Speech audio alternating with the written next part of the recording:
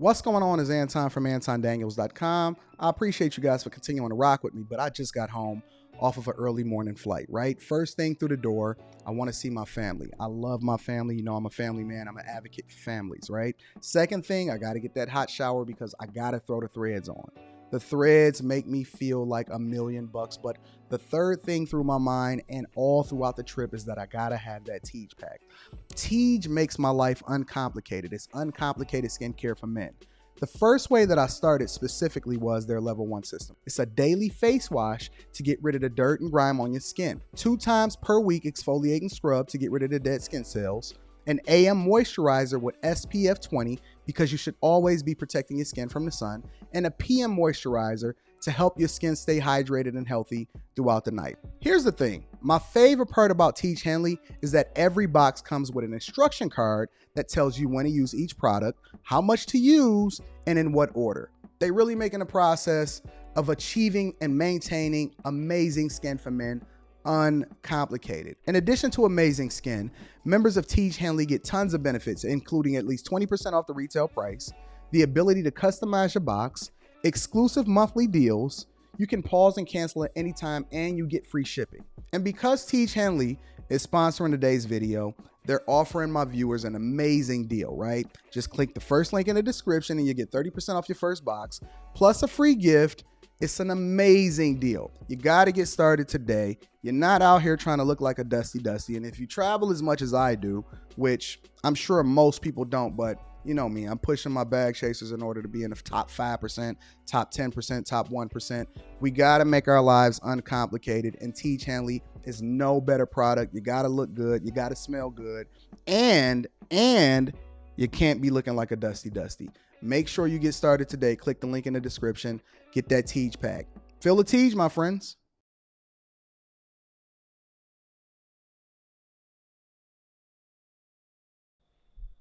What's going on is Anton from AntonDaniels.com. I appreciate you guys for continuing to rock with me. Thank you for tapping into the Millionaire Morning Show. For those of you that's not familiar, this is called a travel case. My authorized dealers for my watches, and I'm actually starting to look at other watches, including Omegas, Tudors, so on and so forth. Because once you get to a certain space and you get all of the things that you wanted, you start to look at the things that you like. That's not necessarily, appreciating as much as the Rolex are, but, you can start to have a little bit of fun. So they always give me a travel case so that my Rolexes and my watches don't get scratched up and I can travel with them when I got my Apple Watch on. I'm trying to get my steps in. But what's going on? It is Wednesday, January 25th, 2023, year of our Lord. I am happy to be here with you guys another day. We went last night. I thought that last night's show was absolutely phenomenal. I thought last night's show went stellar. Y'all got a little bit of emotion out of me. Congratulations. We continue to do the work. We got all of that. Even my chess pieces. I'm a chess player. I've been playing chess since I was like 7, 8 years old. Even my chess pieces got money in them. You see that? There's literally money inside of my chess pieces. And these are sealed. You can't actually even open these up. There's money inside of my chess pieces. This is the Millionaire Morning Show. Welcome to the Millionaire Morning Show. I know a lot of you are snowed in or you're getting snowed in. I don't care anything about that. I am in the office as usual doing what it is that I do. I don't believe in snow days, and this is one of the beauties in being an entrepreneur and a creator.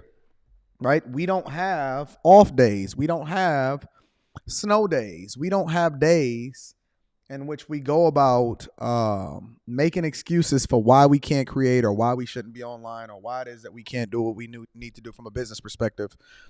We live in an environment where you eat what you kill, and so I like to eat a lot. All right? So what up, though? Let me see what's happening in the chat before we start to get into the show. And see what the word is. Let's see what we got here. Got my dude Bravo Deuce says white is much colder. Remember, white ice is much colder. Remember, I'm not sure what that means. 501 Corey T is in the building. We got Carl Olive. What up, though? He said we should ask Umar Johnson if he knows everything about HBCUs.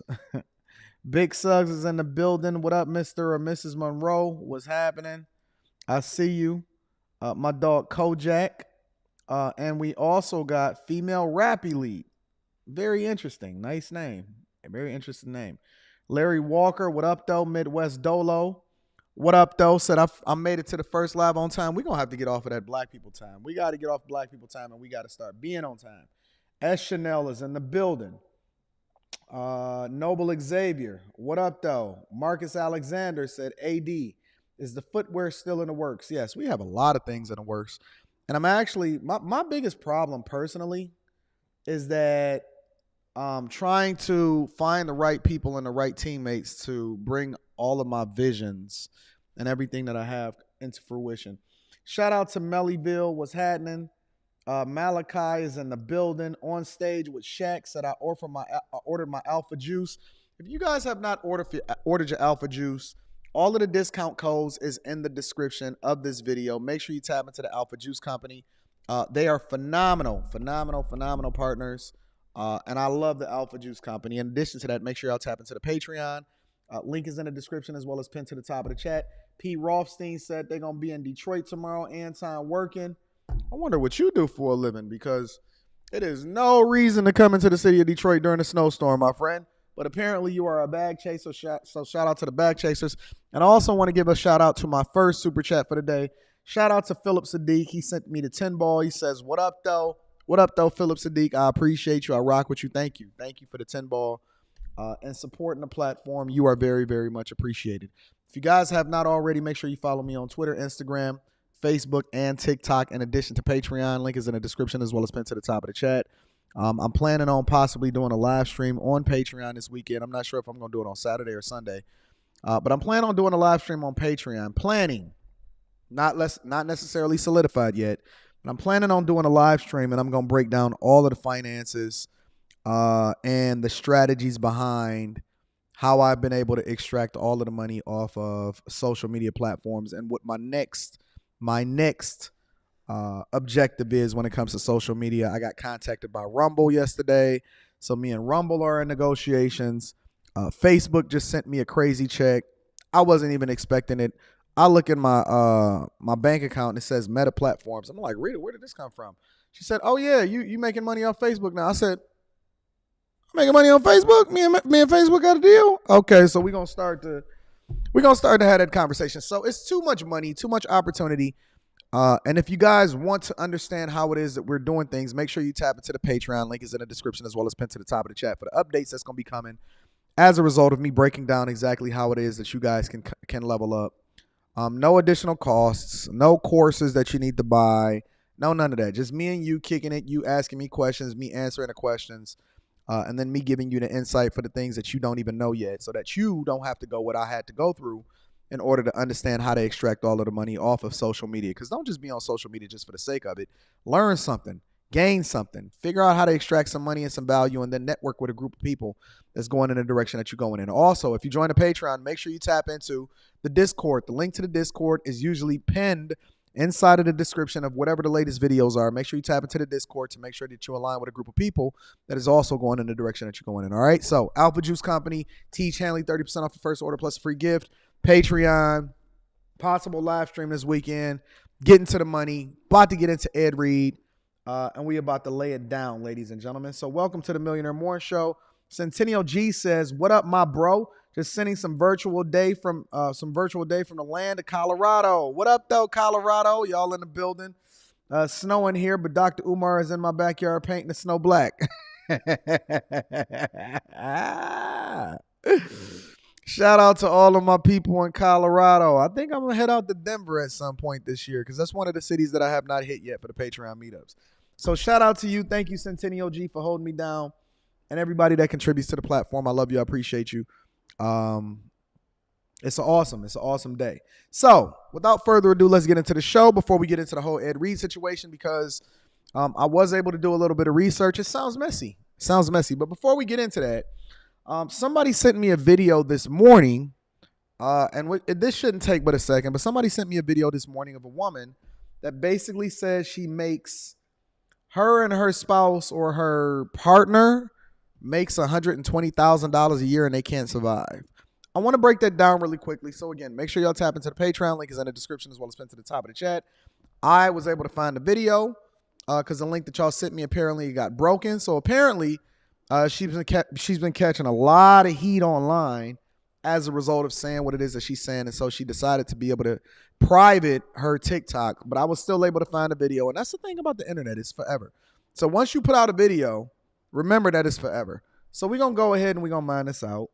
And I want to break this down before we get into the whole Ed Reed situation.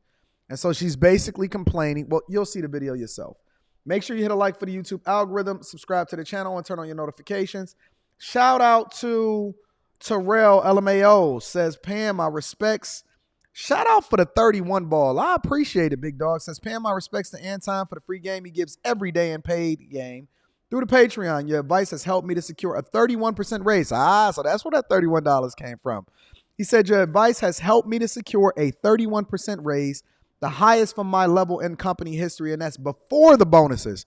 Hey, can we get a round of applause for the bag chasers? Can we get a round of applause for the bag chasers? Everybody that's continuing to level up and make money. Even in the middle of a recession, we continue to run them checks up. Congratulations, Terrell. Thank you for being a part of my tribe. Thank you for being one of the people that I continue to add value to. And you, my friend, you are phenomenal because you are continuing to extract all of the money, all of the value, and 31% raises. This don't happen by circumstance, ladies and gentlemen. This happens by being intentional. Make sure you join the Bag Chasers on Patreon. The link is in the description as well as pinned to the top of the chat. Yeah, I love it when I see people winning, especially my people. Let's get to it. Now, let me play this video from this woman that's saying that she's suffering as a result of making $120,000 a year. Now, I have not watched the video yet, but I was able to find it and realize that it was playable. And so the video was only 3 minutes long. So let's just go ahead and get into it, and then we're going to break down the whole Ed Reed situation. Y'all, tell me why. Just why am I still living paycheck to paycheck? Why? My job pays like a decent amount of money, like very median, very average, but like I should be able to live on this. This is a good salary. Not anymore, bitch. Not anymore. Like I've started to dread going to the grocery store to buy fucking tinfoil because off-brand, weak-ass tinfoil is like $10. I saw an 18-pack of eggs for $13. I walked in to the Walmart like a few days ago. I bought standard necessities, Ziploc bags, tinfoil, eggs, some fucking lentil pasta because I can't eat the real stuff and that has good protein in it. A singular pound of ground beef, milk, eggs, cheese. Tell me why I walked out of there having spent $70. So, so far, because I'm going to break this down, she's basically saying that her job pays her decent. Her household income is $120,000 a year. Now, before I really start to break this down and deep dive into it, I hate to say it. You know what I'm going to say, but I hate to say it. I told you so. I warned you. I've been telling you this for years. You can't outspend your way to good habits. You can't out-earn your way past inflation and what's going on in the economy. The middle class is going to continue to suffer, and $100,000 is not going to feel like $100,000. And I even had a conversation with y'all where I told y'all that there's no such thing as high value men at $100,000 in my personal opinion. And you laughed at me. And you said, but Anton, everybody only makes $40,000 to $47,000 a year. The average median household income is $67,000 a year, so on and so forth. And you laughed at me. And then I broke down the math, and you laughed at me again. And you complained and you whined. But there were some that decided that they wanted to get a coaching call. If you need to get in touch with me personally, email me at antondaniels413@gmail.com, and I'm going to get you scheduled for a Zoom call or a personal call. There are some of you that decided to join the Bag Chasers, and you've leveled up, and you've doubled and tripled your income. There's some of you that took my advice, and you looked at all of my previous mastermind sessions inside of the Patreon, in addition to all of the interviews. and you implemented all of the things that I told you to implement as far as reducing your taxes, opening up your businesses, looking at things from a business perspective, so on and so forth, right? And so some of you are thriving. And I told you what happens in these environments is that the cost of living and inflation then separates the weak from the fake. The weak from the fake. Because some of y'all are weak, but a lot of y'all are fake, right? And so many people are pretending that they're doing okay. And it really doesn't matter how much you make unless you're past a specific threshold. And I said, listen, they said, Anton, what is the threshold and what do you think a high value man is at this point? And I said, you got to be making at least $250,000 a year just on the financial side. That has nothing to do with character, networking, so on and so forth. But you got to be making at least $250,000 a year because you're not really separating yourself from the pack as far as the middle class until you at least start to make $250,000 a year. I warned you. Now, this is not to harp on, talk about, or downgrade anybody specifically, but I want to give you the reality of where things are going and what's going to happen in the future. All right? Things are going to continue to be expensive. People like me, we are not going to suffer. We're going to get richer. The middle class are the ones that are going to pay the majority of the taxes. And I'm not going to give you a whole lesson a day because I've been doing that. And if you want to tap in and get that type of information, then we can talk about that on the Patreon. But what I'm trying to tell you is that when you go to the grocery store and you get the minimum, everything is going to be back in check. All of this reckless spending, everything that they gave you as far as stimulus packages and all of that other type of stuff, inflation was at 9%, almost 10% throughout the whole year. They laying off from jobs and all of this other type. I warned you not to get that basket weaving degree. I warned you not to take out student loans. I warned you not to do all of this other type of stuff. And so what her problem is, what I see happening from her, and what she's never going to admit, because she's not going to give the full financial picture. She's living paycheck to paycheck because she's also living a lifestyle that's been taught to her from the federal government and from social media itself. And that she probably has to have a new car with a car note that also comes with maintenance and insurance and gas. And she also had to go and get that degree, which also comes with a lot of student loan debt, right? She probably also got credit cards, and she probably lives in a metro area that is very, very high and expensive in order for her to be able to survive. And so you can't sit here and complain your way to success because just because you make $120,000, which I did a whole show on that. And I said that the overwhelming majority of millennials that make $100,000 or more are living paycheck to paycheck. You are 1 to 2 paychecks away from being homeless. You are 1 to 2 paychecks away from being homeless. When I did a lot of volunteer work, I did at least 104 different volunteering sessions at the homeless shelter, right? It's a myth because they're not drug addicts. They're not degenerates. The overwhelming majority of the people that's homeless was just 1 paycheck away, 1 medical bill away, 1 life event away, 1 divorce away, 1 situation away from literally hitting the street just like everybody else. This is all a facade. It's all a facade. Everybody is pretending except for the people that's actually getting rich. The overwhelming majority of people are pretending like they're doing better than they really are. But people are suffering. At this point, you don't have a choice but to get married, get a partner, get a roommate, get somebody. Listen, this ain't even about love no more. This is about necessity. If you want to survive, you are going to have to get married today, man. If you want to survive going forward, considering everything that's happening and the middle class is going away, you're going to have to partner up, bundle up, house up, do everything you can in order to really survive. Now, that's not necessarily addressing her issue, but I'm going to continue to hear what she got to say, and then we're going to go from there. 70. My partner and I make $120,000 combined. $120,000. That's good. That should be okay. We should be set. Not enough. Took a lot of work and effort and resume building and all the good stuff to get here.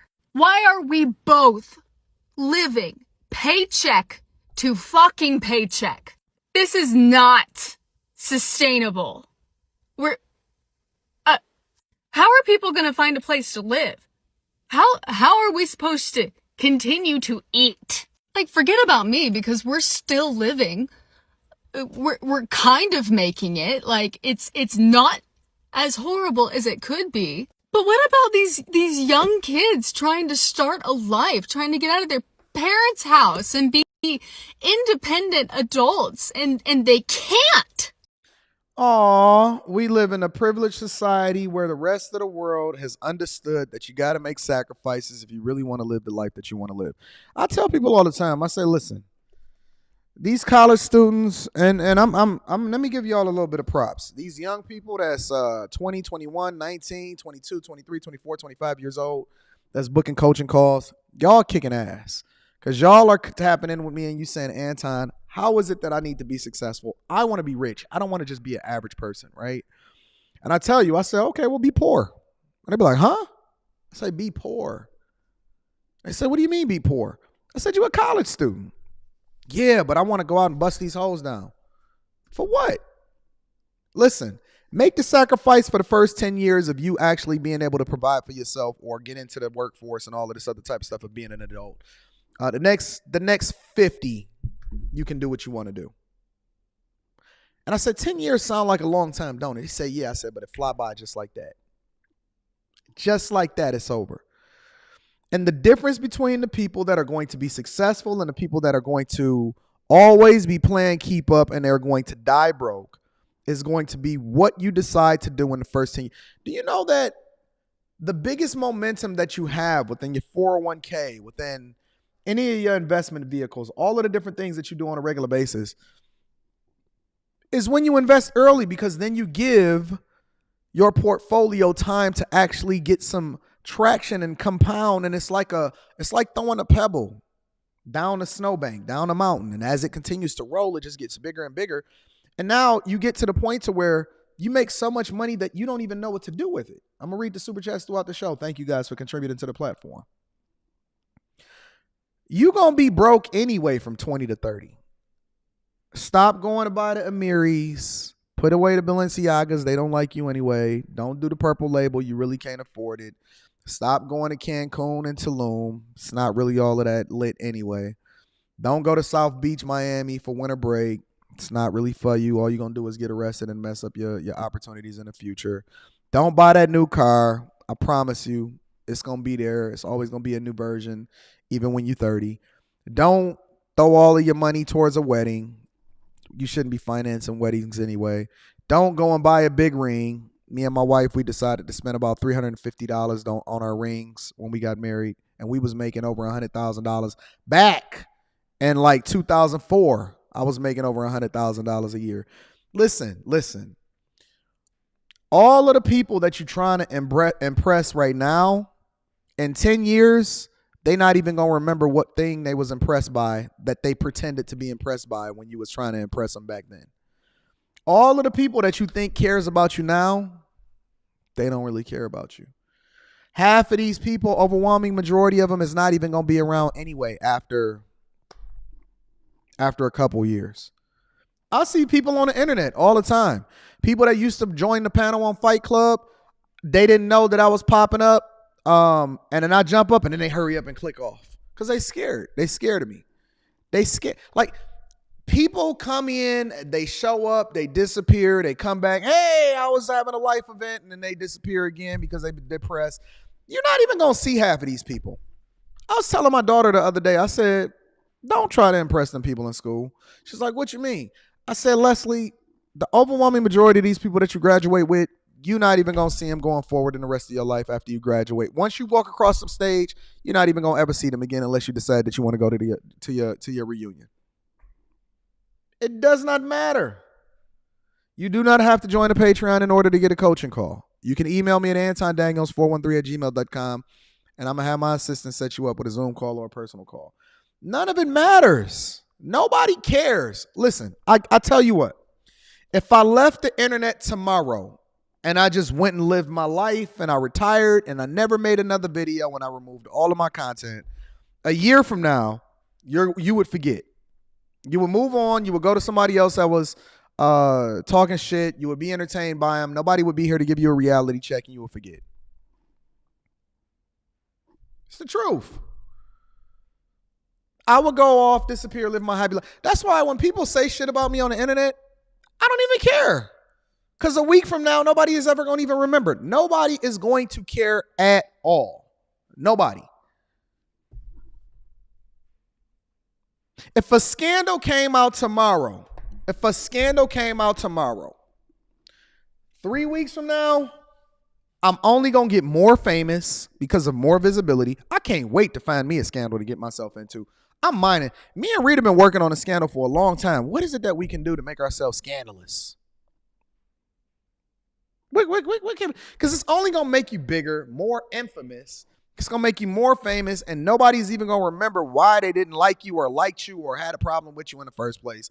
And then life moves on until somebody else presents some kind of other dump. Ed Reed is going to show up saying that he don't like Bethune Cookman, and then that's going to be a whole nother story. Nobody is even talking about Coach Prime anymore. Nobody's talking about Deion Sanders. Nobody cares. Listen, I'll do you another one. Nobody cares about Shanquilla Robinson. Been in touch with the father. Kicking it, going back and forth. Hey, remember when Sha'Carri Richardson was a problem? Now they talking about her getting kicked off the plane. They don't even remember what she was doing last year. Nobody cares about, I don't even remember the dude's name. The dude that was driving real fast with the Corvette and in Vegas after the game, and then he crashed and killed somebody, and then they arrested him and he lost his career. What was his name? Nobody even remembers his name. Half the stories last year, nobody remembers. Half the rappers dead. Nobody even talk about anymore unless somebody speaks about it or brings it up and has it be relevant according to whatever it is that we got going on right now. People was literally just complaining. Somebody sent me a story where people was complaining about Beyonce making a gajillion dollars performing over in Dubai, and all of the people were mad about it. You know what's going to happen next week? Nobody's going to care. Nobody's going to remember. Nobody cares. So what you have to do is focus on the thing that is going to substantiate the best life for you, not caring about what your mama think, your father think, or what these people on social media think. As a matter of fact, don't even tell the people on social media what you got going on. Just fucking win. Just win. Win. Henry Ruggs, that was his name. Henry Ruggs. I didn't even remember his name. Nobody cares. Let me finish the rest of this video because I want to get into this Ed Reed situation. They can't. Paying for college has become a joke. Requirements for jobs have reached incomprehensible bounds. The debt to income ratio is crazy. Then don't People take are on unable to start their lives. They're unable to build their own lives. Snowflakes.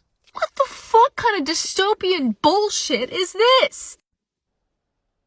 This country is going to burn to the ground. No, it's going to burn to the fucking ground. And we're going to be the ones to burn it. Says the white woman that makes over $120,000 a year. Listen, nobody feels sorry for you. Get the fuck off my screen. Just I can't take it. Just get off my screen. Nobody feels sorry for a woman that makes 100. Nobody feels sorry for a white woman sitting in her new car that she's paying a car note on, that she signed the lease for, that is educated and is going to be okay in her life, and she's going to choose to have kids and saddle them with debt. Nobody feels sorry for a white woman making $120,000 a year. Get your life together. Stop running in the Victim Olympics. Make better sacrifices. Stop taking on a bunch of debt. Nobody cares about your problems. Pay it off. Invest your money. Stop trying to keep up with the Joneses. Get the fuck off TikTok and get your life together with your partner. Stupid, man. Nobody cares about that, bro. Shout out to JoJo. JoJo says, I haven't been on the panels because of your advice for me to go back to school and get my CS degree.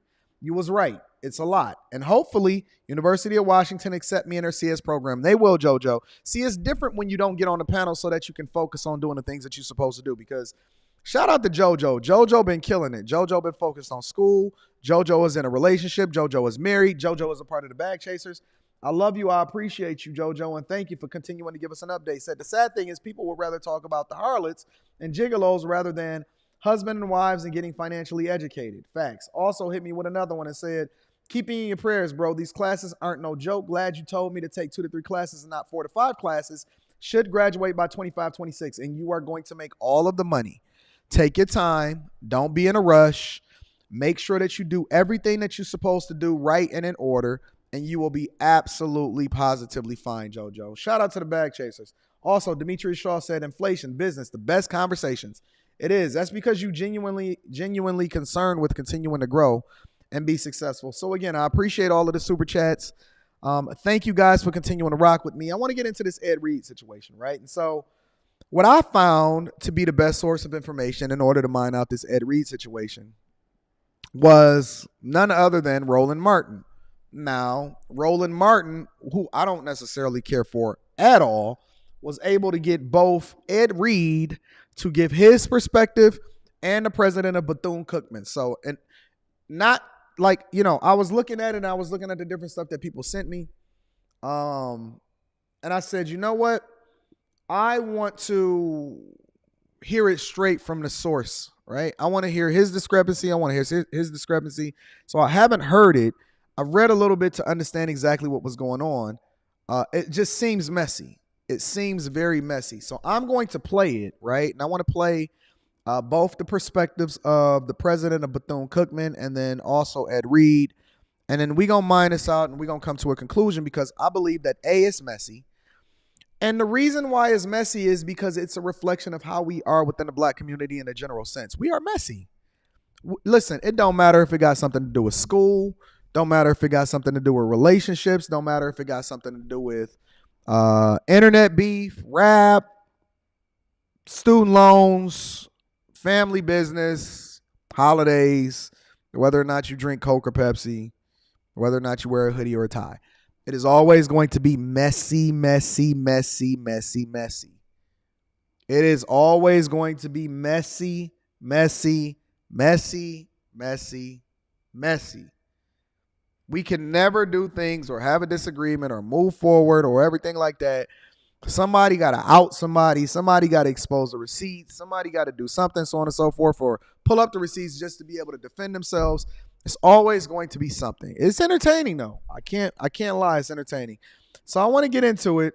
I'm going to first hear the president explain why he did not want to rock with Ed Reed. Now, Ed Reed was supposed to be the next Coach Prime.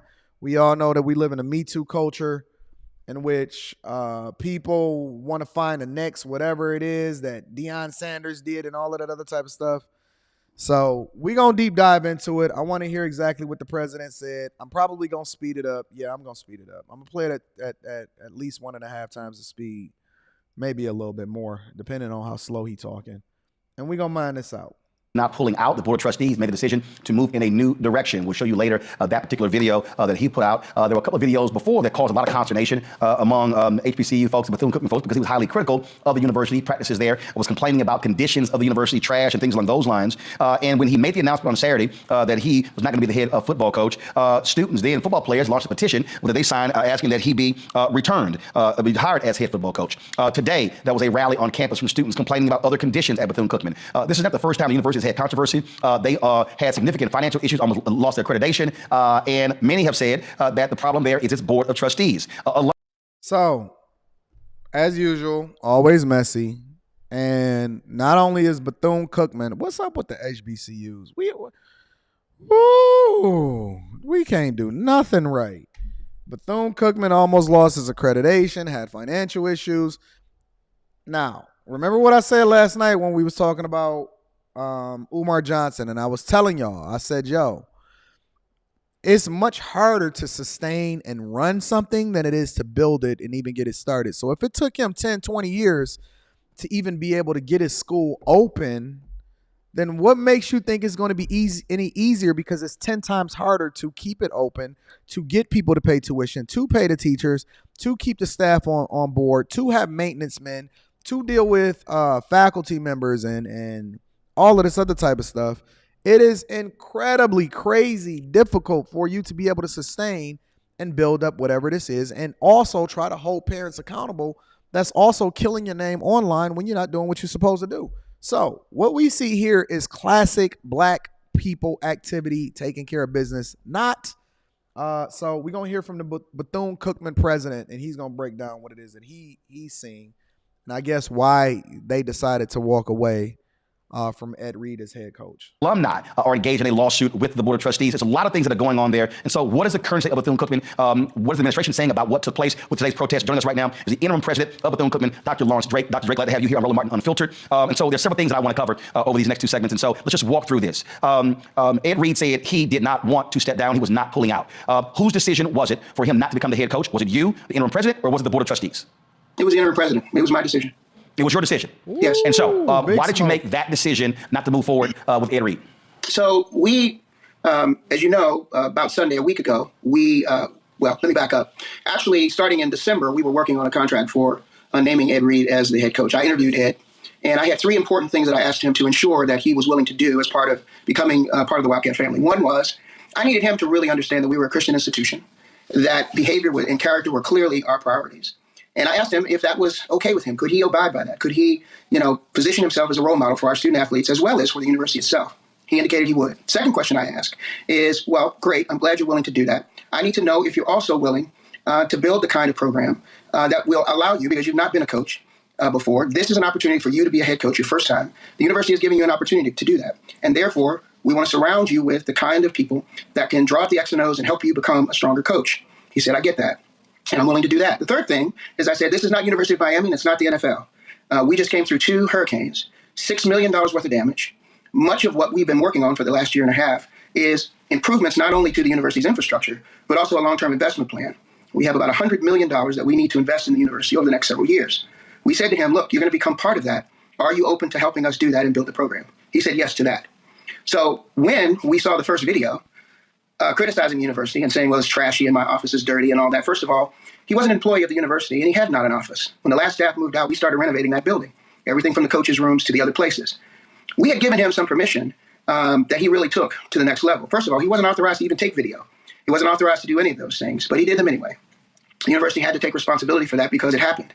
But quiet as kept, that isn't the kind of behavior that we would expect. And then the expletives and those kinds of things in that first video, you might call that an aberration. And I would say it could be. And you have to be a forgiving individual. But when you have this much damage, you look at the gym and you look at this video and you look at it critically, but I would invite anyone to come to our campus because all parts of our campus don't look that way. Okay. So I have not seen this at all. I'm hearing it straight from the horse's mouth. And this is one of the reasons why you can't just take everything at the surface level and you want to get all sides of the story, because there's always additional context that helps give us a better understanding as to why somebody decided not to or why they decided to roll with somebody. And this is giving me additional context. So I have not heard Ed Reed's part yet. He's going to respond to the president. And again, I have not watched this at all, but the president is basically saying that he wanted to be Deion Sanders.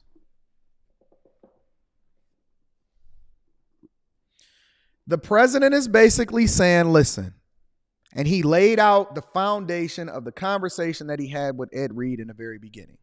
And he said, listen, we're a Christian institution. Can you abide by that?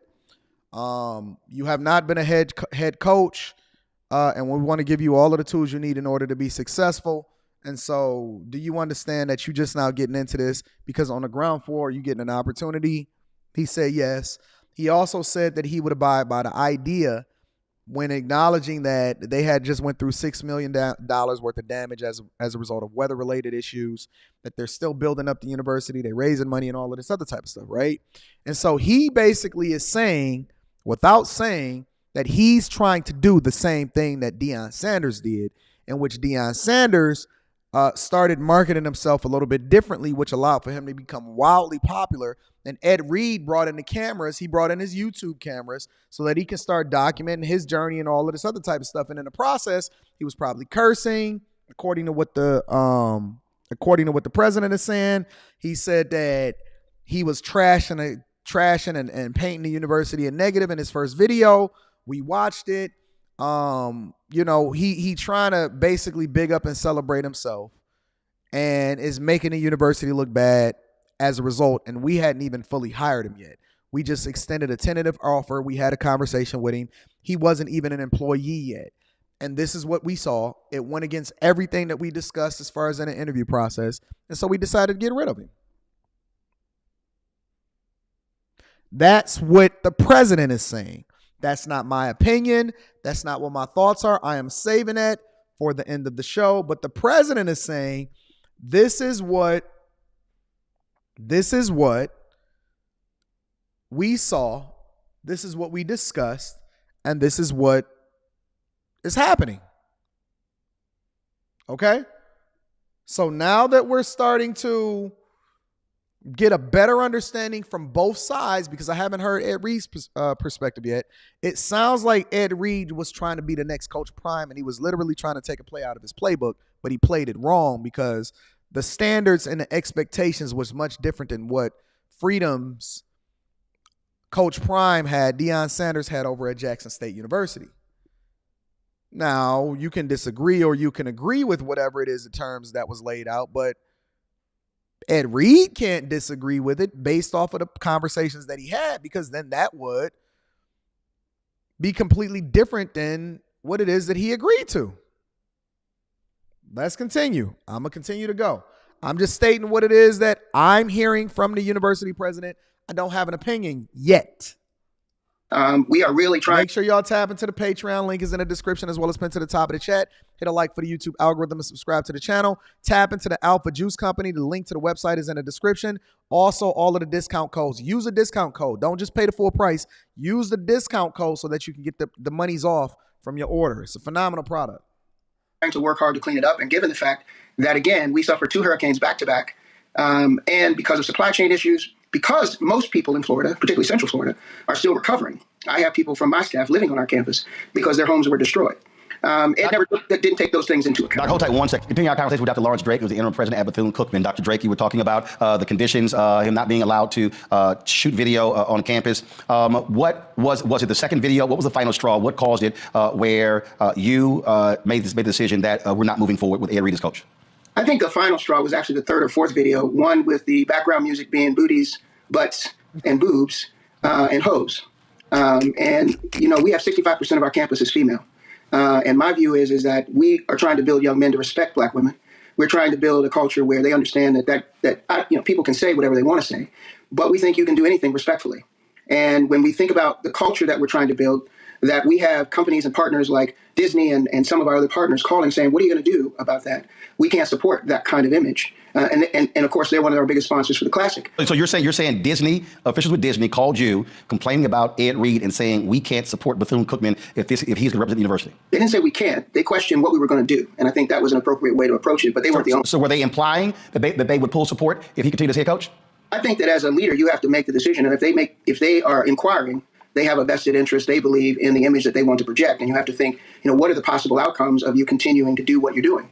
But here's the bigger point, and I think this is the most important thing for me, is that, as a dad and as a father, and certainly as someone who's been given the responsibility of looking after these young people, I just didn't feel that at this point, and I conferred with a number of people. Yes, there are a group of alumni who believe that the decision was, maybe the incorrect one. But there was also a legion of people, including former players, including people like Larry Little, who's also a Hall of Famer, who is a Bethune-Cookman graduate. And some of those people are coming to campus this week to talk to our players.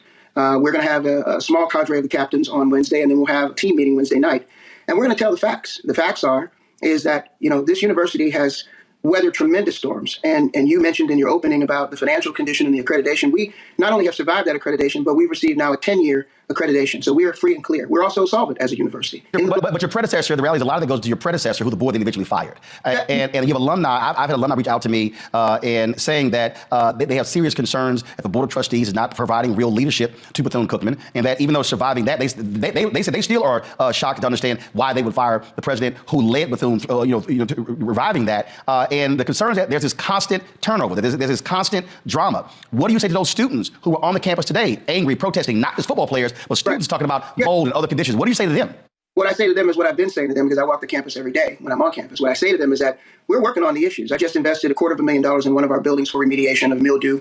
When you have a hurricane, when you are 80 and 90 degree weather in Florida, the Florida conditions are not like not like the Chicago conditions. They're not like other places. I'm from the East Coast, so I know what those conditions are. That's mildew. That's not necessarily mold, by the way. Some of that you're showing on the screen is a function of things sitting in water for a period of time. So they're not showing you everything. Yes, there are some of those kinds of things, but you might also see that those portions of the building may not even be used.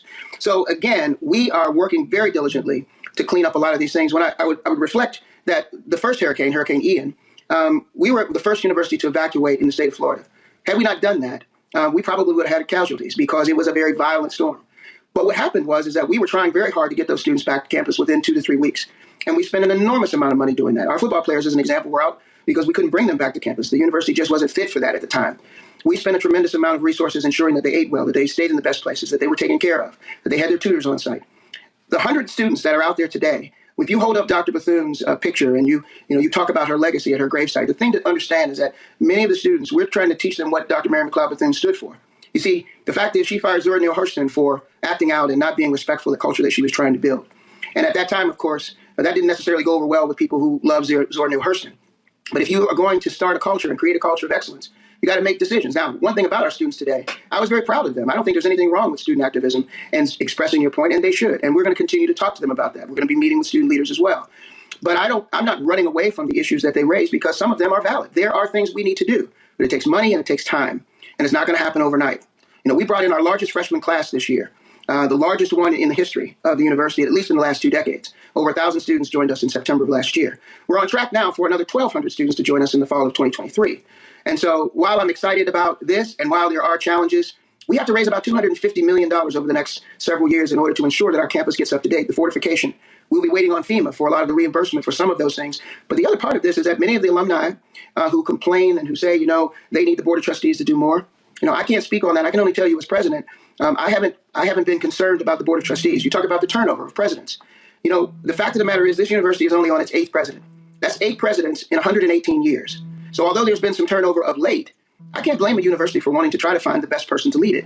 The previous predecessor, or the person who I was a successor to, he retired after 42 years with the university. The person before that, he left the university to go run Bentley University today in Boston, which is where he is. So it's important to have all the facts and have context. It's easy to look at this, from an unbalanced perspective. But what I'm trying to do tonight, and what I will continue to do on other broadcasts and in some of our statements, I'm going to be writing an op-ed about this as well, is we need to make sure that the message is balanced because, social media can distort the message and give an impression that really doesn't have all the facts and certainly doesn't have context. I don't have any problem with anything that he's saying. If I'm just going to be real and objective, I don't have any problem with anything that he's saying. In any situation, in any circumstance, I don't care if you go to any campus all the way across the board, right? We want to take it and make it what it is that we want it to be because we are who we are, right? You can't go into any corporate environment and do what the fuck you want to do when you want to do it just because you want to do it. When I go into corporate America, I don't have a hoodie on because I have expectations based off of the contract that I signed and the agreement that I have with the employers that I decided that I wanted to work for. You don't see Coach Harbaugh over there at the University of Michigan playing crazy rap music and doing something. Now, Coach Prime is able to get away with that because that is Deion Sanders. And that is the agreement that he had. And even he decided to leave that university in order to go over to Colorado. They've given him that leeway to be able to film and do what it is that he needs to do because he's proven himself to be successful enough to be able to have that leeway. Everybody can't do that. You can't just go and do it and you can't substantiate it because when you move a certain type of way, you then have a different expectation. You can't just go in and make up your own rules and do what you want to do and say, well, but they doing it on the campus too, but they brought in this person and they doing that person. No, you can't do that. Now, if the university president decided that he wanted to go and do a twerk off or, he wanted to play rap music or something like that every single day, y'all would be holding his feet to the fire and y'all would be holding him accountable and saying, well, they don't do that over at Harvard and they don't do that over at the University of Michigan and they don't do that over at XYZ in the University of Miami and so on and so forth. They don't do that at Yale. They don't do that at this. You always want to compare yourselves to other people when it's convenient or when you want to substantiate your point or your argument, but you don't want to hold yourself to a higher standard unless it fits your narrative. The fact of the matter is, based off of what I'm hearing him communicate right now, he is not saying anything wrong. Not one thing. I did not see one thing. Now, you may disagree with the fact of the matter that he got rid of Ed Reed or so on and so forth, but they never had hired Ed Reed in the first place. You can't protest to bring somebody back that was not even an employee. And if it was a certain type of way, then why did Ed Reed agree to even do it in the first place? Why did he sit there and have that conversation and say, yes, I understand you're a Christian university and you move a specific type of way. I understand that I shouldn't be doing this. I understand that I can't do this. I don't want to paint the university in the negative light, so on and so forth.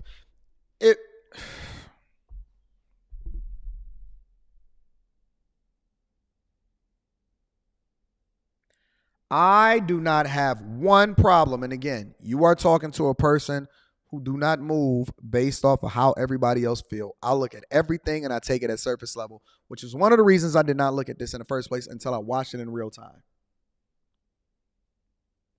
I do not have one problem. And y'all saying it say this, it say that. But listen, I'm listening to what's being communicated. I don't have one problem with anything that is being communicated. First things first, Ed Reed did not have a contract. They agreed in principle, but it was not an official contract. Secondly, you are an at-will employee once you get to a certain level. They can get rid of you for any reason. I don't run in the Victim Olympics, ever. I don't run in the Victim Olympics, ever. I went to UAD Jesuit, right? Which is a Catholic school. Were there students in there that did stuff that wasn't aligned with the principles that was being taught in the school? Absolutely. When they dealt with the situation and when they caught us doing stuff that we wasn't supposed to do, did we get in trouble for it? Yes. You have standards in your own household and your kids don't even abide by you. Do you chastise them? Do you allow for it to continue to go unfettered? Is your kids perfect as a result of the standards that you set in your own household? Absolutely not. Are you even perfect as it relates to the standards that you set in your own household as far as even identifying as a Muslim, as a Christian or whatever? Absolutely not. You don't. But you have a baseline that you shoot for in order to try to maintain a level of civility in whatever it is that you're doing. If anybody can just go into corporate America dressed any old kind of way, then you have no standards and it's going to affect the money. The fact of the matter is, and it's the part that y'all really ignoring, y'all not paying attention to it, because if it don't have sponsors, if you don't have people like Disney, if you don't have people that come in and other people that are contributing to the coffers, because let's be clear, student tuition very much does not pay the bills at any university, and you need to do your research. How do I know this? Because I worked at a major university, actually one of the most significant universities in the country, the University of Michigan. Student tuition is but a fraction of what it costs to actually maintain and run a major university.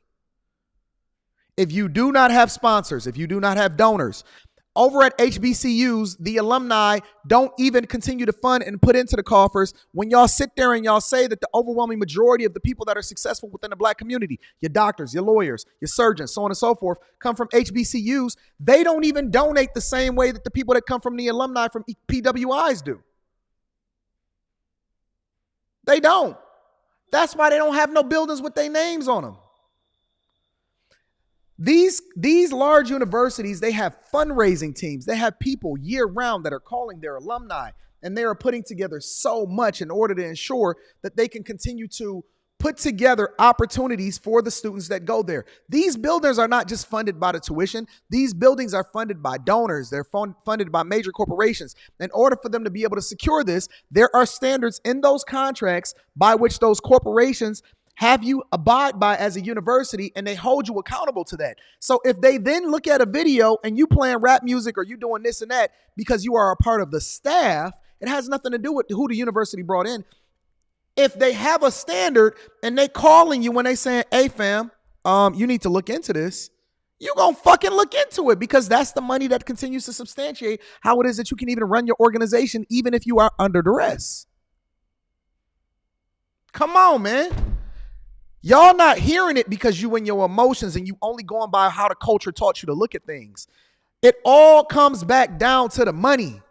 You're not solvent when Disney is calling you, and they are one of the biggest sponsors of the university. When Disney calls, because let's be clear. Y'all gonna sit here and say, why is tuition so high? The reason why they're able to lower tuition even to the rate that they have it at is because other people come in and they float the money for you to even be able to do the things that you're doing. If Disney calls and they say, hey fam, first video, second video, third video, fourth video is looking crazy over there. What you gonna do? Oh, you just gonna sit there and say, nah, we rock like this, huh?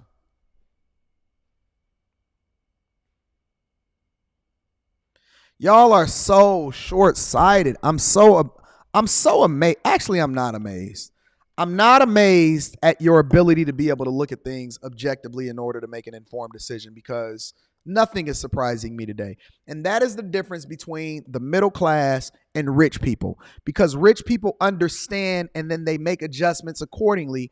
And people that are in the middle class and that they at the lower end of the spectrum, they do what the fuck they want to do. And then they complain about the rich people and they say, eat the rich. That's the difference. Alpha Juice Company, right? It's as phenomenal as a company as Alpha Juice Company is.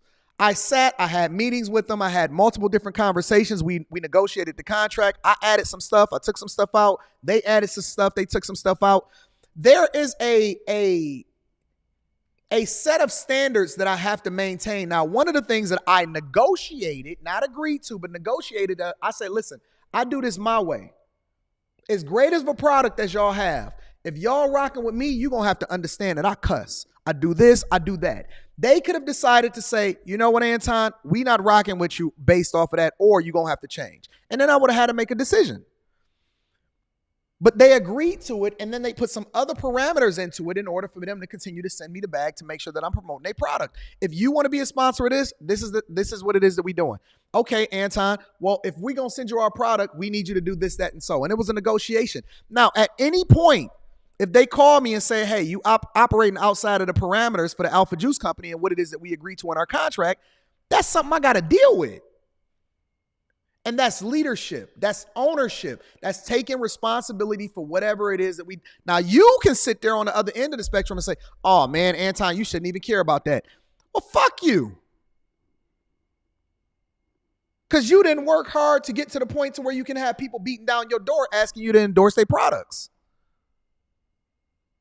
So at the end of the day, the reason why HBCUs are operating at a lower capacity and a lower success rate than every other major university across the United States of America is the culture by which the people hold them accountable to, and is much different than the standards that we hold ourselves accountable to in corporate America, which means that when you have lower standards, you'll have lower results. And this is the reason why we cannot progress as a community, because everybody goes by what they feel instead of going by what makes sense.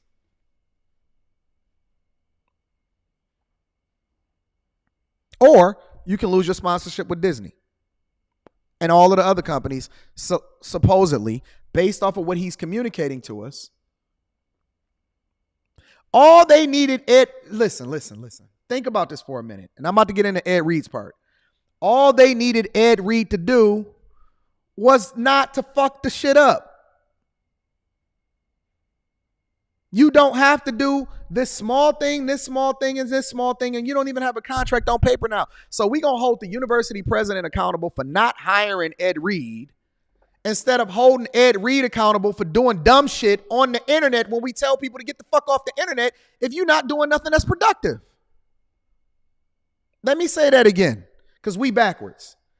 We going to sit here and hold the university accountable for standards that they communicated with Ed Reed prior to Ed Reed even signing a contract, but we not going to say, hey, why didn't you do what you were supposed to do based off of what you communicated? Why can't you just go about doing whatever the fuck you want to do when you want to do it? Is that what we doing? Is that what we saying? I'm just curious. We not going to say, hey, don't do fuckboy shit.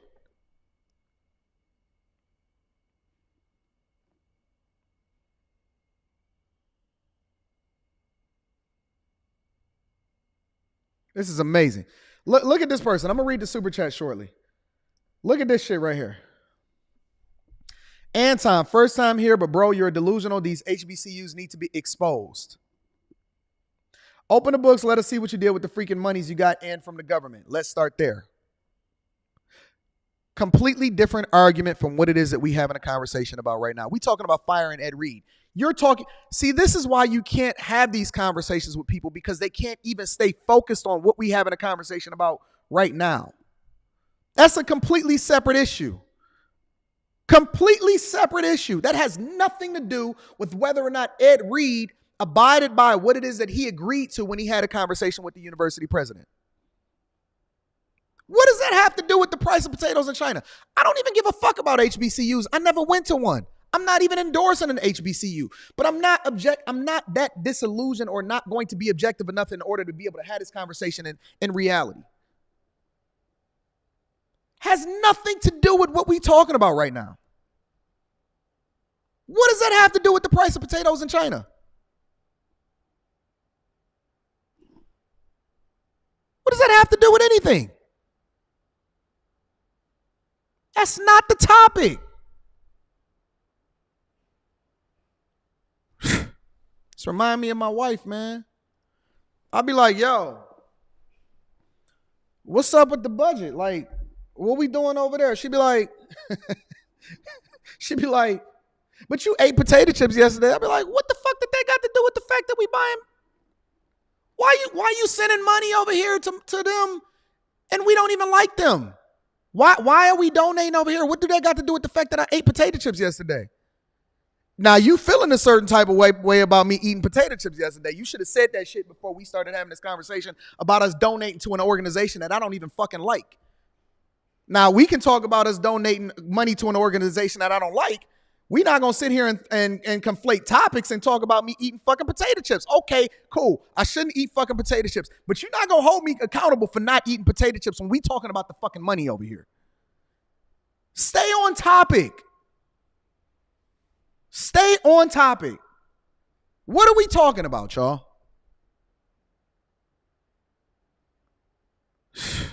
Let me go into Ed Reed, because he might have a completely different perspective that's going to change my mind. And I'm open to the possibility of being wrong. Y'all be stressing me out in the Millionaire Morning Show. Let me see what Ed Reed got to say. Hall of Famer. Ed, glad to have you on Roland Martin Unfiltered. You got a chance to hear what the president had to say on this show. Your response? I mean, I honestly, I was honestly at the spot, Roland. And when I turned my phone on, that's when I received your text. I didn't hear everything the president had to say. And he's an intern president. I don't feel like he probably would be the person even that would be here. There's a term that is used, when coaches get fired rather than firing head coaches. I've been around this a good bit. So he already throwing the university under the bus by saying, oh, listen, I don't even care because he's just the intern president. Well, if he was the intern president, then why did you respect him enough to have the conversation in order to agree in principle when you didn't even have a contract? If he was the intern president, why were you having a conversation with him respectfully? Respectfully.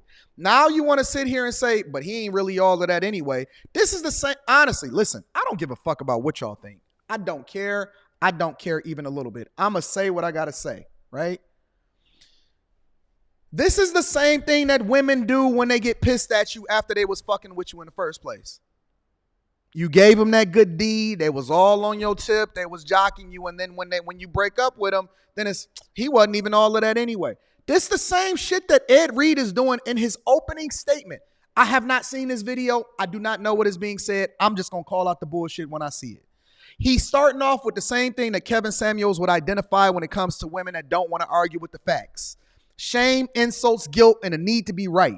You are throwing a man under the bus after you was rocking with him and you was rolling with him, and then you start off with shame, guilt, insults, and guilt. That is what I see happening, and this is not a person that I would choose to do business with, because the minute that they don't like you or the minute that you decide that you don't want to rock with them, they don't look at it from a business perspective. They start getting personal. The first thing he said when I played this video, I have not seen this video, was he started throwing shots. Just because you are a phenomenal football player does not mean that you have good character. Just because you are a Hall of Famer does not mean you know how to look at things from a business perspective when it comes to operating under authority. The first thing he did was he started talking shit. And so this is what y'all rocking with. This is what y'all going with. This is what y'all going with. Shame, insults, guilt that need to be right. Okay, let's continue. I literally want to hear what he got to say. Man, I'm a businessman, and he's probably just a scapegoat to things, man. And, I just woke up to this, man. Honestly, just the first time that I was able to relax. I've been in Daytona for 3 straight weeks recruiting kids. I have 3 kids, Dominique Ponder, Jeremy Greaves, and Jordan Johnson, they in school, man. They already in school because they believe in. I want to hear him address what the problems were, what the university said about why it is that they decided that they didn't want to do business with him. He's sitting here and talking about his own personal issues. That don't have nothing to do with the price of potatoes in China. To me, the parents believed in me, man. There's 30 kids that was here on Friday I was with when I got the phone call that they did not want me here. You understand? And I still gave $2,400 out of my own pocket for these young men to go host these kids. And I didn't tell the parents until Saturday morning, when Reggie Theus sent a letter to my assistant, who was not hired at the time, because none of my people were hired, and saying that tell Ed. So none of your people were hired. Okay, let's continue. To withdraw his name. He wanted me to say this. I have the email. You want me to say that I'm withdrawing my name so you can save yourselves. I'm not here for nothing but these kids. I apologize for the unprofessionalism. This is what I've been teaching these young men. So, shout out to Ed Reed. He's taking a responsibility and he's actually substantiating my argument. He said, I apologize for the unprofessionalism. Y'all need to apologize to me in the chat. Apologize to me in the chat for saying that I was wrong, because he's actually admitting that I'm right. He said, I have to apologize for the unprofessionalism. You literally just got into the organization and you admit to not being professional and fucking up the money. That's what's being communicated right here. I apologize for my unprofessionalism. I apologize for doing dumb shit. I apologize for fucking up the money. That's what, and he gonna just skip over that part. Come on, man. Come on, man. He literally just admitted to the thing that I was holding y'all accountable for not actually looking at things objectively. I apologize for not being professional. I accept y'all apology, even though y'all don't want to say it because y'all got too much pride. Let me read some of these super chats before we get popping. Shout out to my dog JoJo. Says, every Florida HBCU has been on the ropes for financial aid office, pocketing money and losing their accreditation. He's a liar like the other presidents. He's the interim president. He literally just got the job. And I'm pretty sure, come on, y'all, let's be real. I don't know anything about what's going on at HBCUs, but I'm talking about him specifically. Y'all are talking about all the HBCUs. Let's stay on topic. If y'all want me to do a whole show about exposing HBCUs and how it is that I feel about them, I've done them before. I'll do them again. But that has nothing to do with Ed Reed getting fired. Y'all are leaning into y'all emotions like women right now. Flat out. Every HBCU in Florida are damaged, pest-infested, molded campuses with some of the highest institutions. Also, HBCUs in Florida are using money laundering. You can't just say stuff like that. You can't just say stuff like that. You actually have to have real evidence. That's like saying, man, y'all are nuts today. Y'all going ham. I agree Ed Reed was wrong, but I don't agree with him lying like HBCUs are working to fix the colleges. Again, what does this have to do with the price of potatoes in China? I don't agree with what y'all saying right now. Thank you for the super chat. Aaron says, we also need to transform our HBCUs from teaching institutions to more research-based. AT&T is turning into a research one school and it's pulling millions. Agreed. I agree with that. Stephen Baker says, what he's saying hasn't been the reality on campus for years. I live here and I know people who work there. The administration is crooked. How? I'm going to have to drop the link in the chat.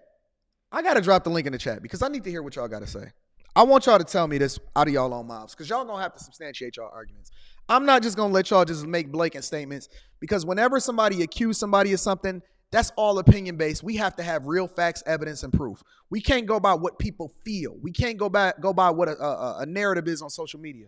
JoJo says, so they're a Christian school, right? Then why was the financial aid and head people digging up them students in exchange for student aid? I don't really know what that means. I'm sorry, I don't know what that means. Richard Redding says, how does it help us? How does it heal us? Shout out to you for the 3-ball or for the 4-ball. I appreciate you. Centennial G with the 20-ball says, true story, I'll never forget this. High school counselor said I should attend an HBCU back in 01. I asked why. Response was for the culture. That was very bad. I asked, you think I can't complete at another school? I said, nope, PWI, here I come, no regrets. I agree. I rock with that. Do the thing that's in your best interest. Brand says, Disney got She-Hulk twerking for Meg the Stallion cheeks, but Ed Reed is a problem. Yes, Ed Reed is a problem, especially as he just admitted that he was being unprofessional. That was a problem. Thank you for the 10-ball.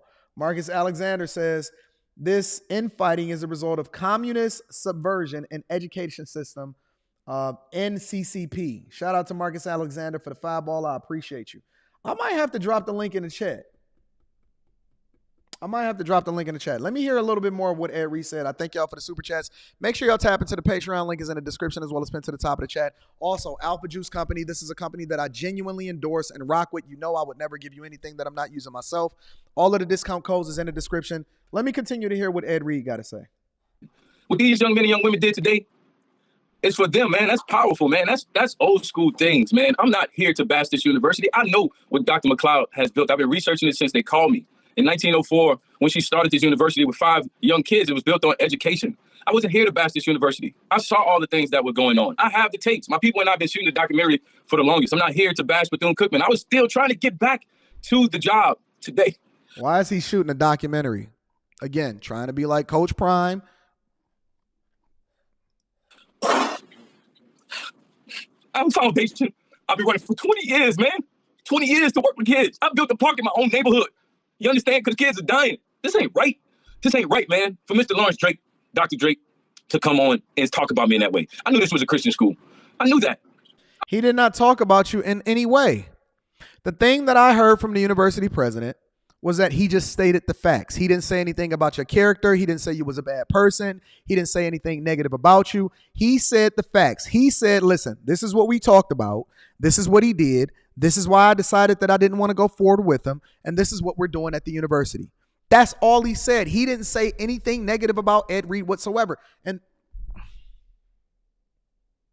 come on, man. Y'all not going for the tears, are y'all?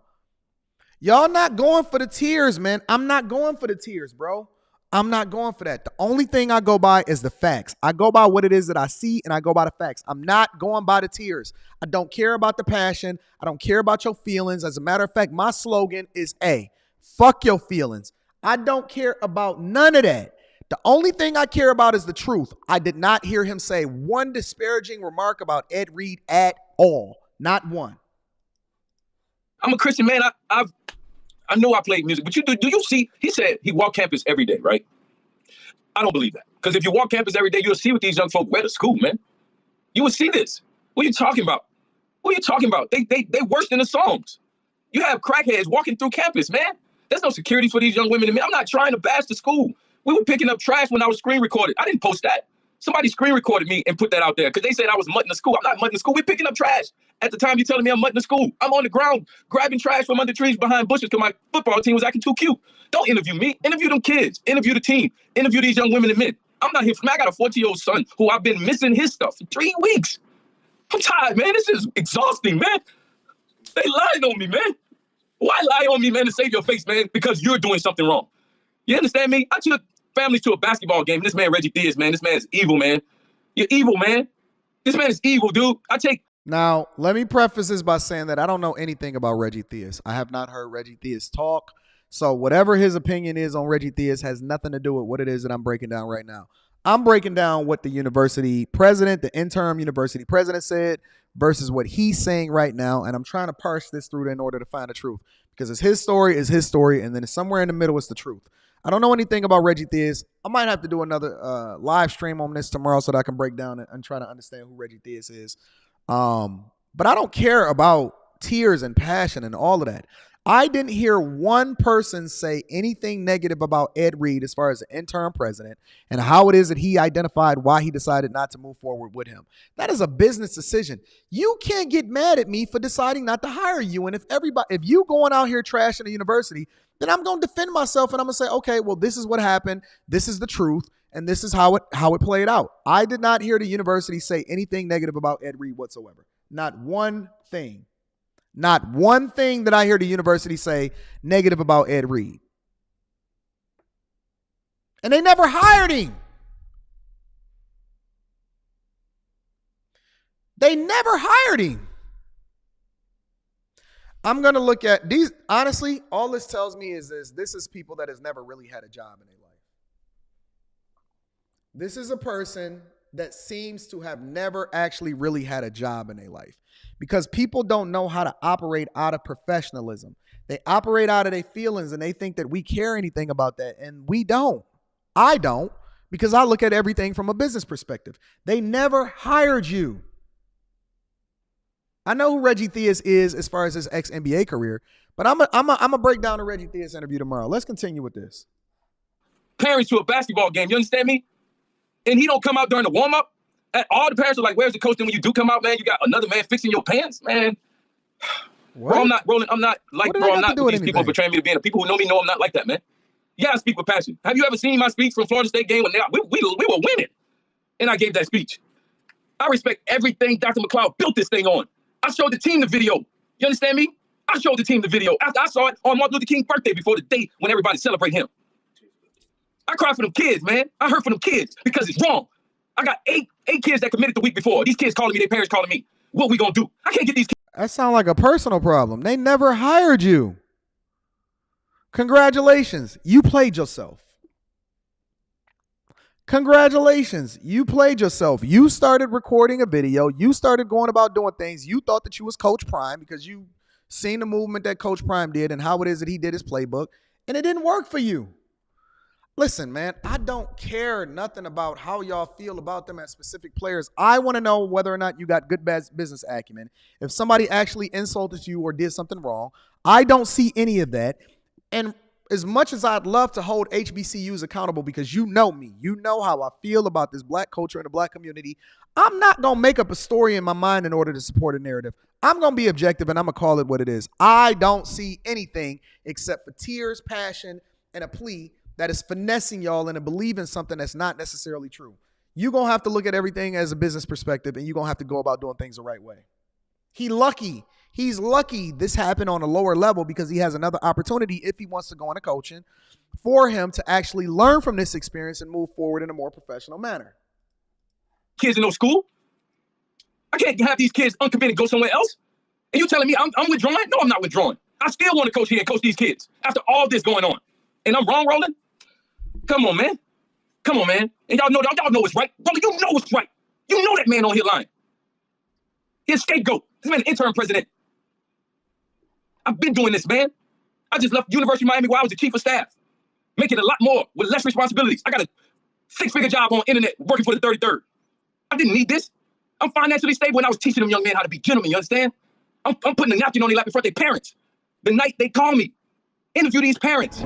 We're talking about a Bethune-Cookman University. It's been lots of drama. Ed Reed, there's a lot of focus and attention when he made the decision. It was announced he would become the head football coach there. And then, of course, when he shared his thoughts about the campus and conditions, people began to talk. And then this weekend, the decision was made by the president. He said he made the decision not to move forward with Ed Reed. Ed released his statement saying, look, they pretty much worked all the contract details out. But the president said he simply did not align with their values. And joining us right now is Ed Reed. Ed, clearly we see your emotion and how you feel in the passion when you told those young men on Saturday. Deion Sanders came onto your live stream as well, offering you words of encouragement in a moment when... Y'all, I wish I would not get finesse and y'all will not catch the bamboozle, right? Because what he's going to sell you, okay? And let me break this down. And this is one of the important reasons why I'm here, right?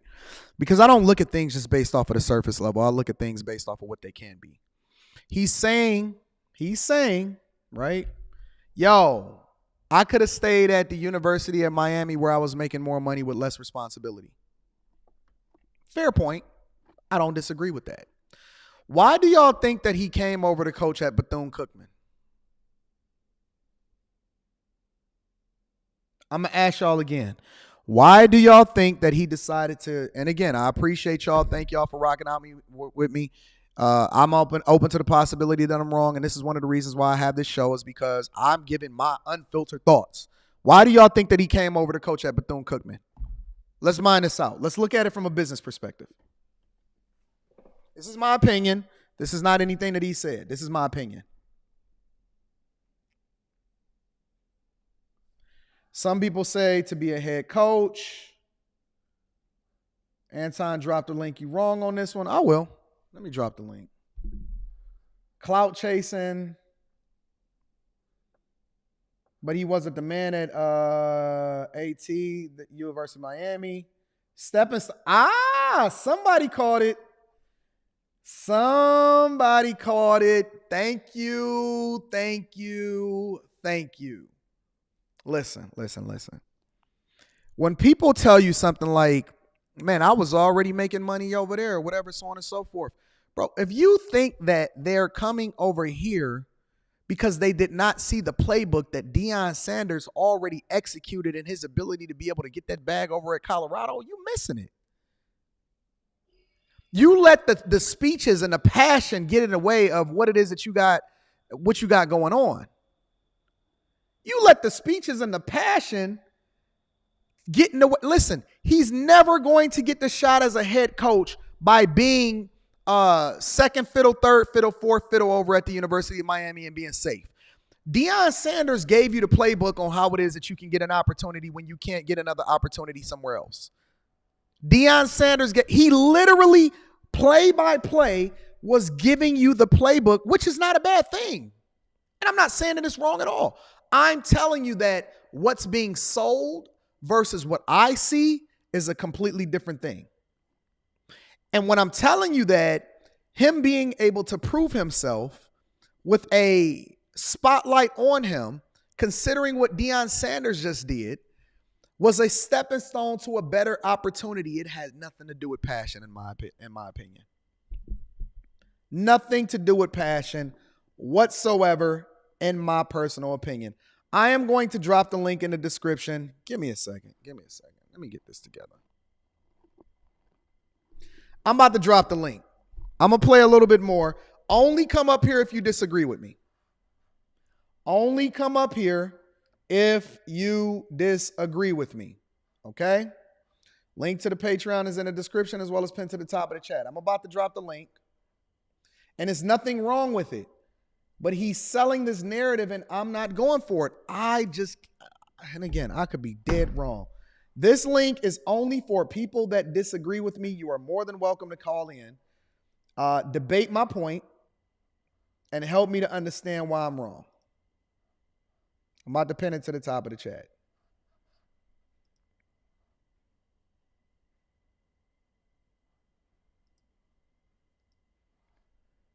All right.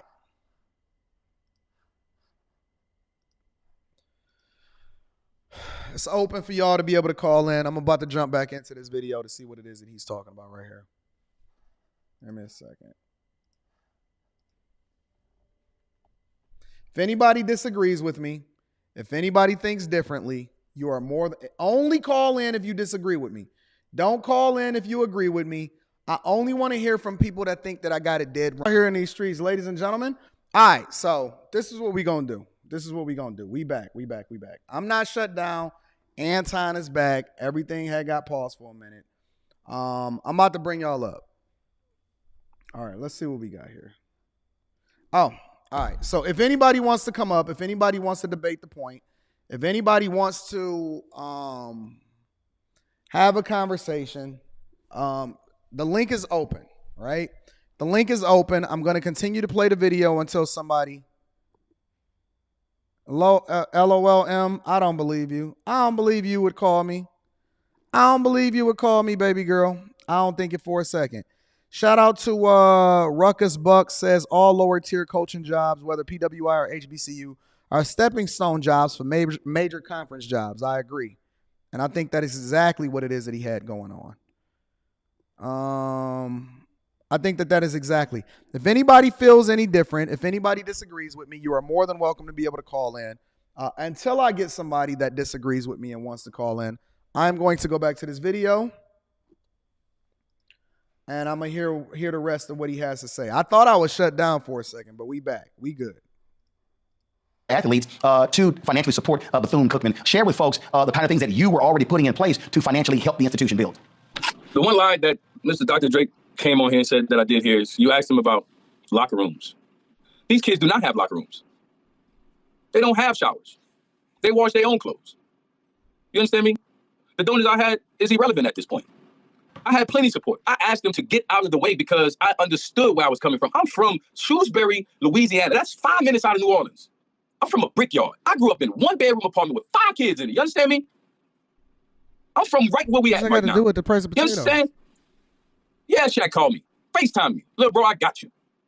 You understand? And plenty more who supported me.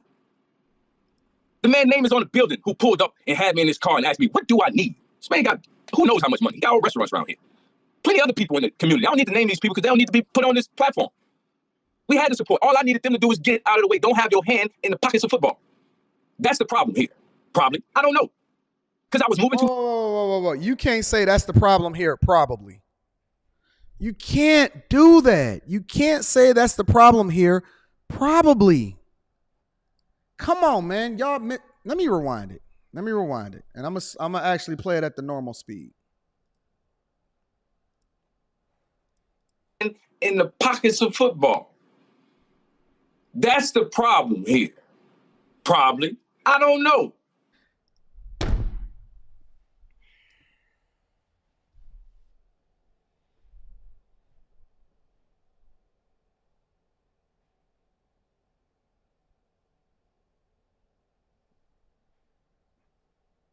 You can't do that. That's not professional. And he had a brain fart because that's what he really wanted to say. And then he realized that he was wrong. And then he tried to backtrack by saying probably, I don't know. You can't do that. That's the problem here. Probably. I don't know. You can't do that, man. You can't do that. Come on, man. Y'all just gonna ignore this?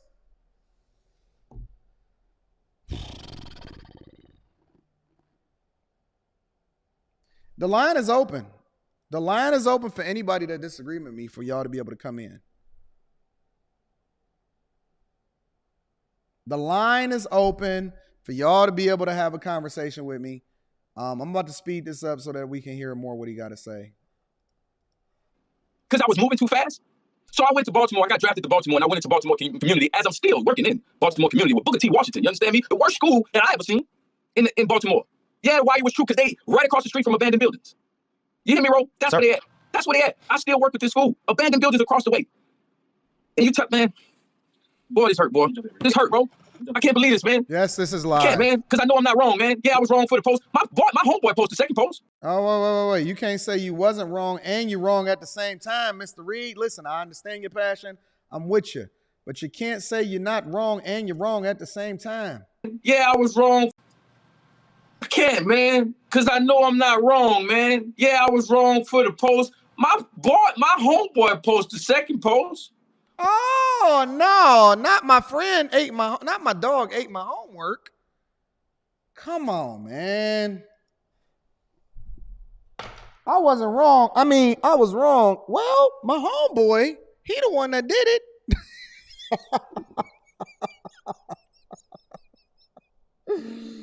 Boy, what in the hood are we running here? Man, our culture is so messed up.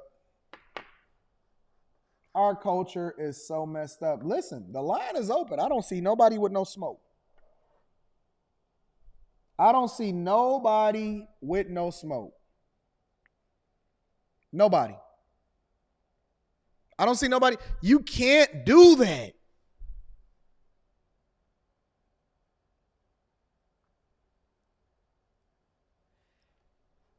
Gina C says, from what I heard, there were some points in the contract that they didn't fully agreed upon. He didn't have a contract yet. He was not even an employee yet. You can't start pulling out cameras, trashing the school, talking about all of this stuff when you don't even have a contract yet. He was not even hired. I'm waiting on somebody to cam up and tell me that I'm wrong, because I'm open to the possibility that I'm wrong. The line is open. The link is pinned to the top of the chat. I see no one. I see no one coming up here. Mel Duke said, let's not get in the weeds here. It's bigger than that. Although I empathize with what he's saying, we have to understand this. It's about money. Let's stay focused here. I agree.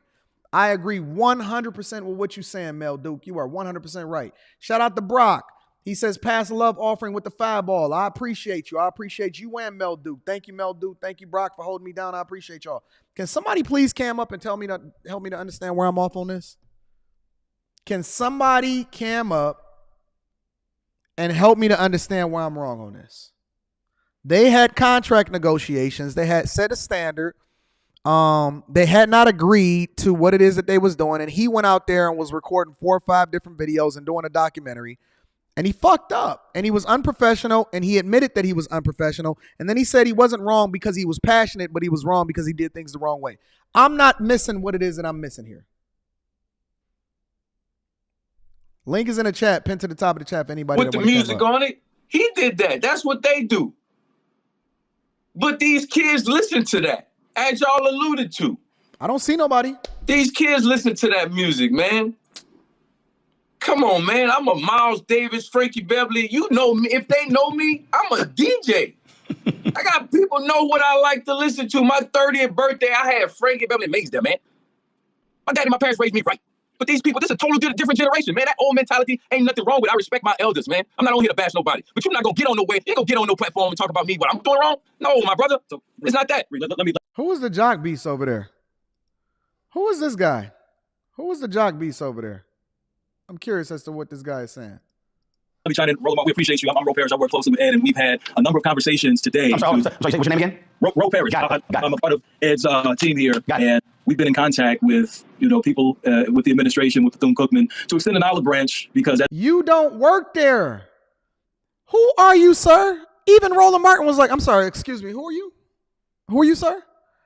What do you mean I'm a part of Ed's team and we extended it? Who is we?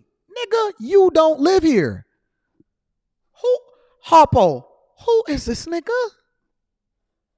Harpo. Who is this man on my screen that is trying to hijack, that is rubbing Ed Reed on his shoulders in places that's not supposed to be rubbed on by a man unless you are a certified masseuse? Harpo. Who is this nigga talking about we extended an olive branch? I'm sorry? Sir, I'm going to need you to remove your hands off my shoulders and stop trying to rub the sex off of them.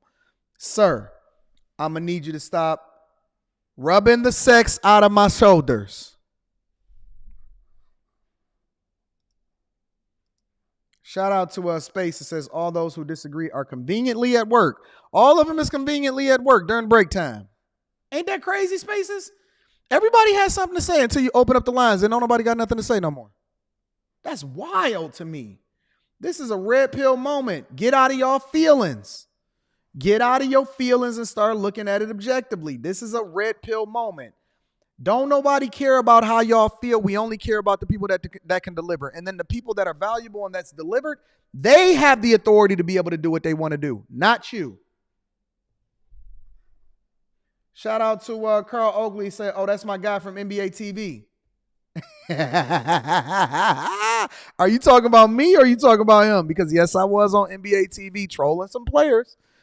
I have been on NBA TV and on national TV going back and forth with the NBA players on the yes, I have. I'm sorry. I apologize for that.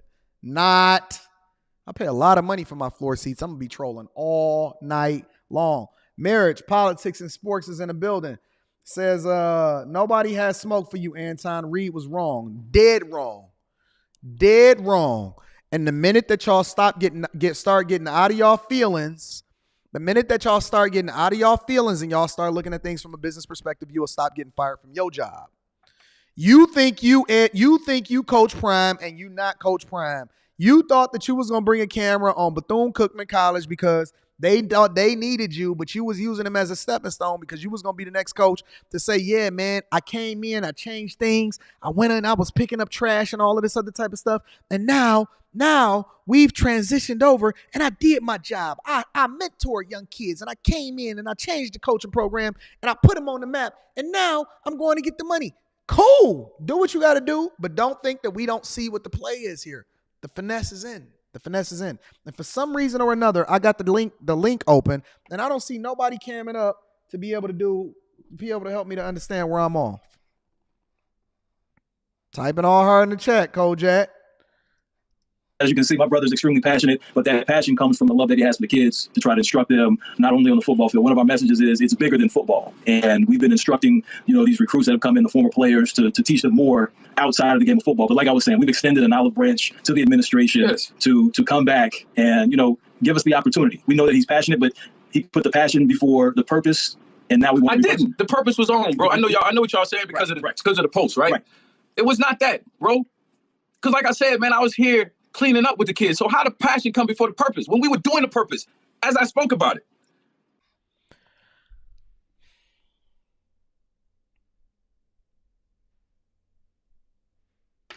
Everybody not meant to be at the top of the heap, bro. Everybody don't know how to look at things from a business perspective. Everybody don't understand how to play politics. Everybody don't know it. And it's nothing wrong with Ed Reed. And I don't have anything negative to say about Ed Reed, but I'm just calling it for what I see it to be, because everybody on social media is saying one thing, but I see something completely different. And this is why I like to watch stuff for myself rather than take my opinion from what happens on social media, because when I hear people had a conversation, I can parse out what the truth is. I can parse out what the truth is. And the truth is that, as far as I can tell, the interim university president did nothing wrong. He didn't do anything wrong. I don't see it.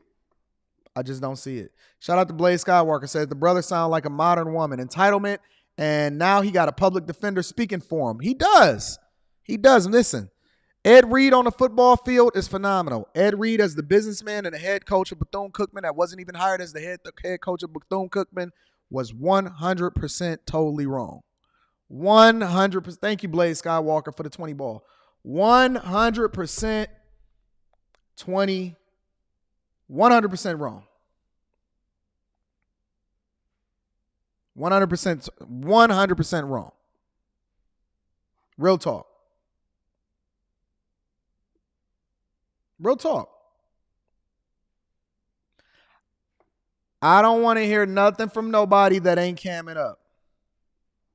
I don't want to hear nothing from nobody that ain't camming up, because I done had the link in the pin to the chop of the chat for about 30 minutes now. Centennial G says, I got smoke for you, bro. It's called a pellet grill. You're welcome to a meal on me anytime. This feeling is ish for the Muppets. My people need to get it together. We so emotional and weak. And as long as we continue to operate in our feelings instead of operating based off of how it is that we supposed to move, Centennial G, we going to continue to get the same results. The same results. Well, since I realize that y'all ain't got nothing to say, I might continue this conversation tomorrow based off of what it is that I've observed today, because I need to see what Reggie Theus is saying. And I need to make a whole show out of that. I'm going to mine out a whole show out of that. So we gonna revisit this tomorrow. All right. Thank you guys for not showing up for Real Smoke, because we all knew that you wouldn't. I appreciate everybody that continues to contribute to the platform. Thank you to all of the super chatters. Thank you to my friends over at the Alpha Juice Company. The links is in the description for you to be able to go on their website and put the discount code Anton10 or Anton25 down in the discount code. In addition to that, make sure y'all tap into the Patreon. Link is in the description as well as pinned to the top of the chat.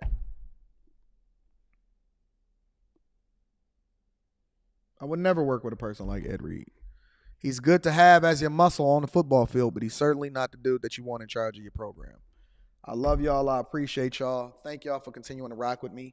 Another show in the can. We're going to be back at it tomorrow, same time. As a matter of fact, we're doing a Q&A show on the other channel. I love y'all. I appreciate y'all. I'm going to holler at y'all later.